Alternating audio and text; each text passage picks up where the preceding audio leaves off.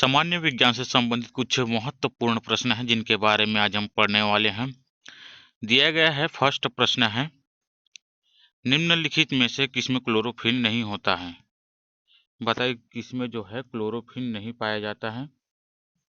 इनका सही जवाब रहेगा कवक। इसमें जो है कवक में क्लोरोफिल नहीं पाया जाता है। अगला प्रश्न है, डबल रोटी के निर्माण में काम आने वाला कवक है। डबल रोटी के निर्माण में काम आने वाला कवक क्या है? इनका सही जवाब है सैक्रोमाइसीज सेरेविसी। यह जो है डबल रोटी के निर्माण में काम आने वाला कवक है सैक्रोमाइसीस सेरेविसी। अगला प्रश्न है, पेनिसिलिन की खोज की। पेनिसिलिन की खोज किसने की है? अलेक्जेंडर फ्लेमिंग ने यह जो है पेनिसिलिन की खोज की है। अगला प्रश्न है, निम्न में से किसे शरीर का पुलिस कहा जाता है? शरीर का पुलिस किसे कहा जाता है? शरीर का पुलिस जो है श्वेत रक्त कणिका को कहा जाता है। किसको कहा जाता है? श्वेत रक्त कणिका को शरीर का पुलिस कहा जाता है। ठीक है। अगला प्रश्न है, मानव शरीर में रुधिर बैंक का कार्य कौन करता है? मानव शरीर में रुधिर बैंक या ब्लड बैंक का कार्य कौन करता है? इनका सही जवाब है तिल्ली। तिल्ली यह जो है मानव शरीर में रुधिर बैंक या ब्लड बैंक का कार्य करता है।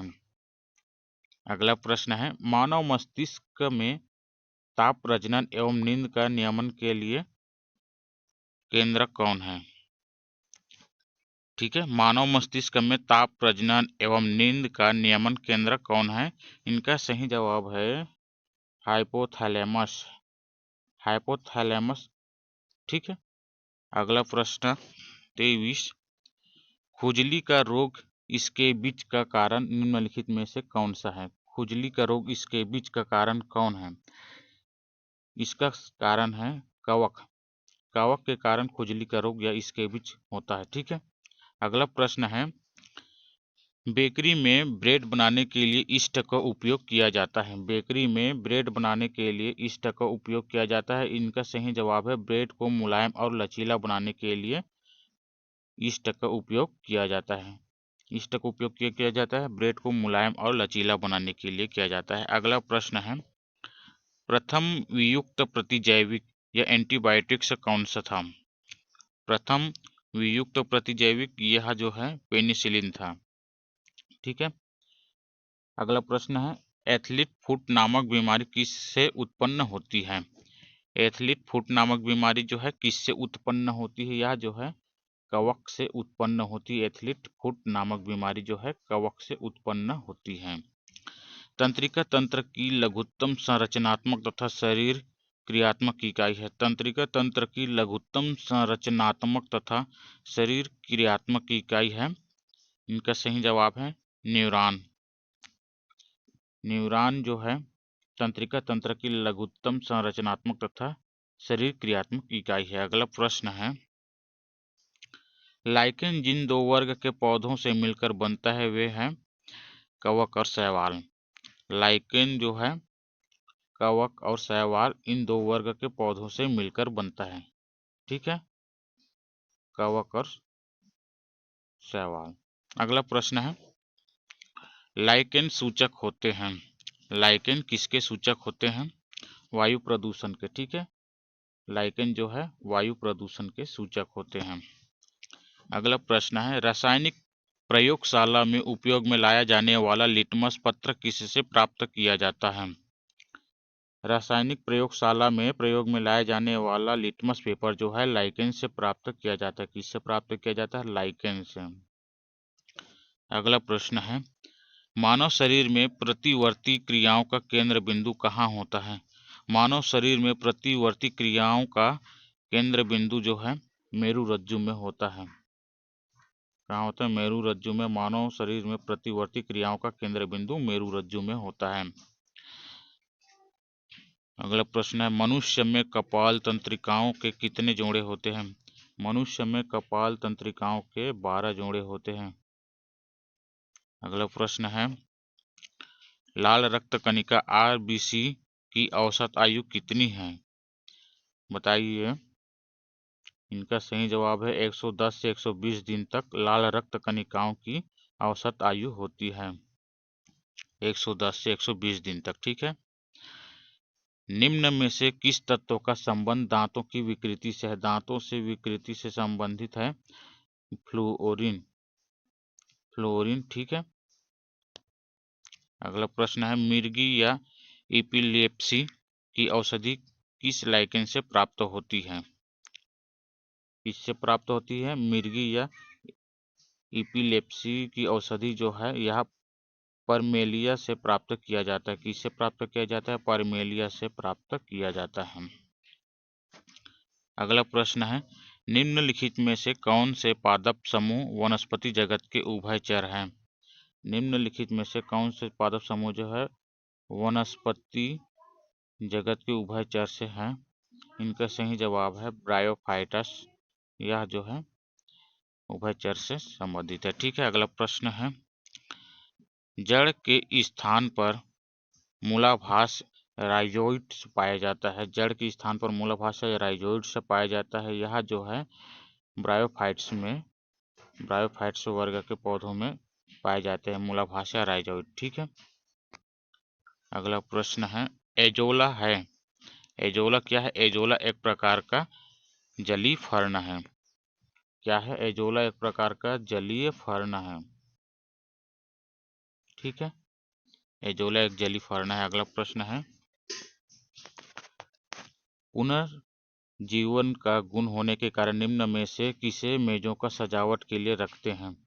पुनर्जीवन का गुण होने के कारण जो है किसे जो मेजों पर सजावट के लिए रखे जाते हैं? सिलेजिनेला, इसको जो है सजावट के लिए रखा जाता है। सिलेजिनेला को पुनर्जीवन गुण होने के कारण मेजों पर सजावट के लिए रखे जाते हैं। अगला प्रश्न है निम्नलिखित में से किसे जैव उर्वरक या बायो फर्टिलाइजर के रूप में प्रयोग किया जाता है? एजोला को है एजोला को जैव उर्वरक या बायो फर्टिलाइजर के रूप में प्रयोग किया जाता है एजोला को। ठीक है। अगला है सबसे अधिक क्रोमोसोम किस में पाए जाते हैं? सबसे अधिक क्रोमोसोम जो है टेरिडोफाइट्स में पाए जाते हैं। सबसे अधिक क्रोमोसोम किस में पाए जाते हैं? टेरिडोफाइट्स में पाए जाते हैं। किस वर्ग के पौधों में बीज बनते हैं? किस वर्ग के पौधों में बीज बनते हैं परंतु बीज नग्न रूप में पौधों पर लगे होते हैं? बीज किस रूप में लगे होते हैं? नग्न रूप में पौधों पर लगे होते हैं। यह जो है जिम्नोस्पर्म, जिम्नोस्पर्म के वर्ग के पौधों में जो है बीज बनते हैं परंतु बीज नग्न रूप में पौधों में लगे होते हैं। अगला प्रश्न है संसार के सबसे लंबे पौधे संबंधित है। संसार के सबसे लंबे पौधे जो है जिम्नोस्पर्म वर्ग से संबंधित है। किससे? जिम्नोस्पर्म वर्ग से संबंधित सबसे लंबे पौधे। अगला प्रश्न है निम्नलिखित में से कौन सा एक जीवित जीवाश्म है? लिविंग फॉसिल कौन सा है? जीवित जीवाश्म इसमें से है साइकस। साइकस एक जीवित जीवाश्म है। ठीक है। जीवित जीवाश्म कौन है? साइकस है। अगला प्रश्न है कोरेलाइड जड़ें पाई जाती है। कोरेलाइड जड़ें कहाँ पाई जाती है? कोरेलाइड जड़ें जो है साइकस में पाई जाती हैं। साइकस में कोरेलाइड जड़ें पाई जाती है। ठीक है। अगला प्रश्न है सबसे बड़ा बीजांड होता है। सबसे बड़ा बीजांड क्या होता है? सबसे बड़ा बीजांड जो है साइकस है। ठीक है। निम्न में से किसे सजीव एवं निर्जीव कोशिकाओं के बीच की कड़ी माना जाता है? किसको जो है सजीव एवं निर्जीव कोशिकाओं के बीच की कड़ी माना है? तो इनका सही जवाब है विषाणु को। विषाणु जो है सजीव एवं निर्जीवों के बीच की कोशिकाओं के बीच की कड़ी है। ठीक है। अगला प्रश्न है साबूदाना सागो बनाया जाता है। साबूदाना सागो जो है बनाए जाते हैं किससे बनाए जाते हैं? यह जो है साइकस से बनाए जाते हैं। साबूदाना सागो जो है साइकस से बनाए जाते हैं। ठीक है। अगला प्रश्न है दमा एवं खांसी के रोगों में काम आने वाले औषधि इफेड्रिन प्राप्त की जाती है। दमा एवं खांसी के रोगों में काम आने वाले औषधि इफेड्रिन यह जो है किससे प्राप्त की जाती है, इफेड्रा से प्राप्त किया जाता है। ठीक है। मूलांकुर के अतिरिक्त पौधों के किसी भी भाग से विकसित होने वाली जड़ें कहलाती हैं। मूलांकुर के अतिरिक्त पौधे जो है किसी भी भाग से विकसित होने वाले जड़ें क्या कहलाती है, अपस्थानिक जड़ें कहलाती हैं। ठीक है, क्या कहलाती है, अपस्थानिक मूल। अगला प्रश्न है, पोलियो की टीका की खोज किसने की थी। पोलियो की टीका की खोज किसने किया था। इनका जो खोज है साल्क ने किया था। पोलियो की टीका की खोज साल्क ने की थी। अगला प्रश्न है, प्राणी विज्ञान के जनक कौन माने जाते हैं। प्राणी विज्ञान के जनक कौन है। प्राणी विज्ञान के जनक अरस्तु को माने जाते हैं। ठीक है, प्राणी विज्ञान के जनक कौन है, अरस्तु। निम्नलिखित में से कौन सी एक जड़ नहीं है। जड़ इसमें से कौन सी नहीं है बताना है। आलू, आलू जो है एक जड़ नहीं है। आलू एक जड़ नहीं। विटामिन बी कॉम्प्लेक्स कितने विटामिन का समूह है। विटामिन बी कॉम्प्लेक्स जो है 11 विटामिनों का समूह है। विटामिन बी कॉम्प्लेक्स 11 विटामिनों का समूह है। अगला है, जैविक उत्प्रेरक का कार्य करने वाले एंजाइम क्या होते हैं। जैविक उत्प्रेरक का कार्य करने वाले एंजाइम जो है प्रोटीन होते हैं। जैविक उत्प्रेरक का कार्य करने वाले एंजाइम क्या होते हैं, प्रोटीन होते हैं। अगला, कौन से दो विटामिन जल में घुलनशील होते हैं। कौन से दो विटामिन जो है जल में घुलनशील होते हैं। विटामिन बी व विटामिन सी यह जो है जल में घुलनशील होते हैं। अगला, एस्कॉर्बिक अम्ल किस विटामिन का रासायनिक नाम है। एस्कॉर्बिक अम्ल जो है किस विटामिन का रासायनिक नाम है। एस्कॉर्बिक अम्ल जो है विटामिन सी का रासायनिक नाम है। विटामिन सी का जो है रासायनिक नाम एस्कॉर्बिक अम्ल है।